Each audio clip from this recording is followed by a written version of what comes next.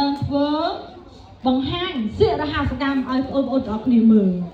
And I'm also going to teach you about the gospel at the same time. ហើយពេលនោះដែរក៏និយាយអំពីដំណឹងល្អអំពីព្រះយេស៊ូវដល់បងប្អូនទាំងអស់គ្នាដែរ So, if you look in this pocket, ឥឡូវយើងមើលឃើញអីគេនេះ do you know what any of these colors mean? តើកូនស្គាល់អត្ថន័យពណ៌នឹងអត់ Yeah, they know. They know? Okay. Why explain? Okay. So, the gold means our old life with God because we were perfect with Him. ចាអញ្ចឹងជាដំបូងព្រះជាម្ចាស់បានបង្កើតយើងអញ្ចឹងពួកយើងទាំងអស់គ្នាគឺមានទំនាក់ទំនងល្អមែនទែនគឺពណ៌មាសទៅឃើញពណ៌មាសហ៎ And then we sinned against God. ក៏ប៉ុន្តែមនុស្សយើងទាំងអស់គ្នាបានធ្វើបាបទោះប្រឆាំងនឹងព្រះ Which means we couldn't be with Him anymore. អញ្ចឹងហើយមានន័យថាយើងបានតិចចេញពីព្រះបាត់លែងទៅចិត្តព្រះទៀតហើយ And it's like our hearts turn black, like this flag here. អញ្ចឹងដូចជាចិត្តគំនិតរបស់យើងคล้ายទៅជាពណ៌ខ្មៅងងឹតកខ្វក់ Can I get a volunteer, please? ចាឥឡូវបងសូមឲ្យម្នាក់គាត់ស្ម័គ្រចិត្តឡើងមកខាងលើមានអ្នកស្ម័គ្រចិត្តហ៎តែសូមឡើងលើកដៃមួយតែលើកដៃអញ្ចឹងឡើងមកមកអូនឲ្យគេនឹងឡើងខ្លួនឯងមកអូនឡើងមកគ្រាន់តែបងតាអូនអ្នកស្ម័គ្រចិត្តហ្នឹងមកអូនមកឡើងមកអូនអូនមែនអូខេឡើងនេះអ្នកខាងហ្នឹងអូនមួយបានហើយកូនមួយបានហើយអូខេកូនមកឡើងពីមកកូនអូខេ Alright, can you check that this bag is... ឥឡូវកូនមើលមានអីអាមានអត់ទេមានណា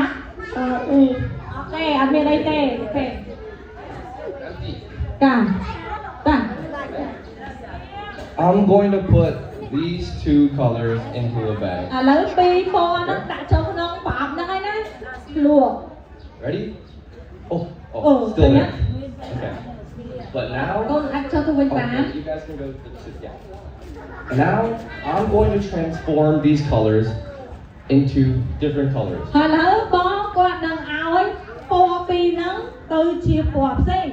The colors where we are renewed with Christ. គឺថាពណ៌ផ្សេងដែលព្រះយេស៊ូវគ្រីស្ទបានធ្វើសម្រាប់យើងទាំងអស់គ្នា Alright, ready? Moi, មួយ B,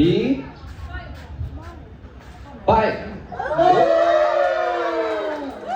អត់តែដៃទៅអីទំប្រតិកម្មទៅ Does anyone know what these colors represent? តើកូនស្គាល់ពណ៌ហ្នឹងមានអត្ថន័យយ៉ាងម៉េចអត់ So, the first color in the order ចា will ព be ណ៌ទី1នោះគឺ red. ពណ៌ក្រហម Because red represents the sacrifice that Jesus made for us. ពណ៌ក្រហមគឺអ្វីគឺជាការតំណាងឲ្យឈាមរបស់ព្រះយេស៊ូវគ្រីស្ទដែលបង្ហូរនៅលើឈើឆ្កាងសម្រាប់អំពើបាបយើងទាំងអស់គ្នា He died on the cross គឺ to ទ្រង់ forgive បាន our ស្លាប់ sins. To forgive our sins. ដើម្បីនឹងបានលួចបាបយើងទាំងអស់គ្នា And this color represents Jesus. អញ្ចឹងពណ៌ក្រហមគឺនឹកចាំអំពីការស្លាប់របស់ព្រះយេស៊ូវ The next color is white. ហើយបន្ទាប់មកគឺពណ៌ស Because after Jesus died for our sins, បន្ទាប់ពីព្រះយេស៊ូវគ្រីស្ទបានសគត់សម្រាប់អំពើបាបរបស់យើងហើយ if we believe in His death and resurrection, បើសិនជាយើងទទួលជឿលើការរស់ឡើងវិញរបស់ព្រះយេស៊ូវ our hearts will become white and pure like this. ជីវិតរបស់យើងទាំងអស់គ្នានឹងបានសស្អាតដូចជាពណ៌សខាងលើអញ្ចឹង And the last color is green. ហើយពណ៌ចុងក្រោយគឺជាពណ៌បៃតង Green represents the new heaven that we have with God. បៃតងគឺតំណាងឲ្យយើងមានការផ្សះផ្សាជាមួយនឹងព្រះជាម្ចាស់សារឡើងវិញ You can achieve this heaven and be with God by believing in Jesus Christ's death and resurrection. ហើយយើងអាចឡើ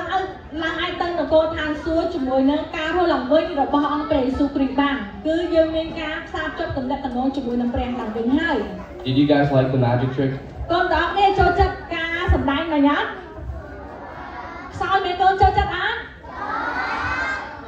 Okay, thank you everyone.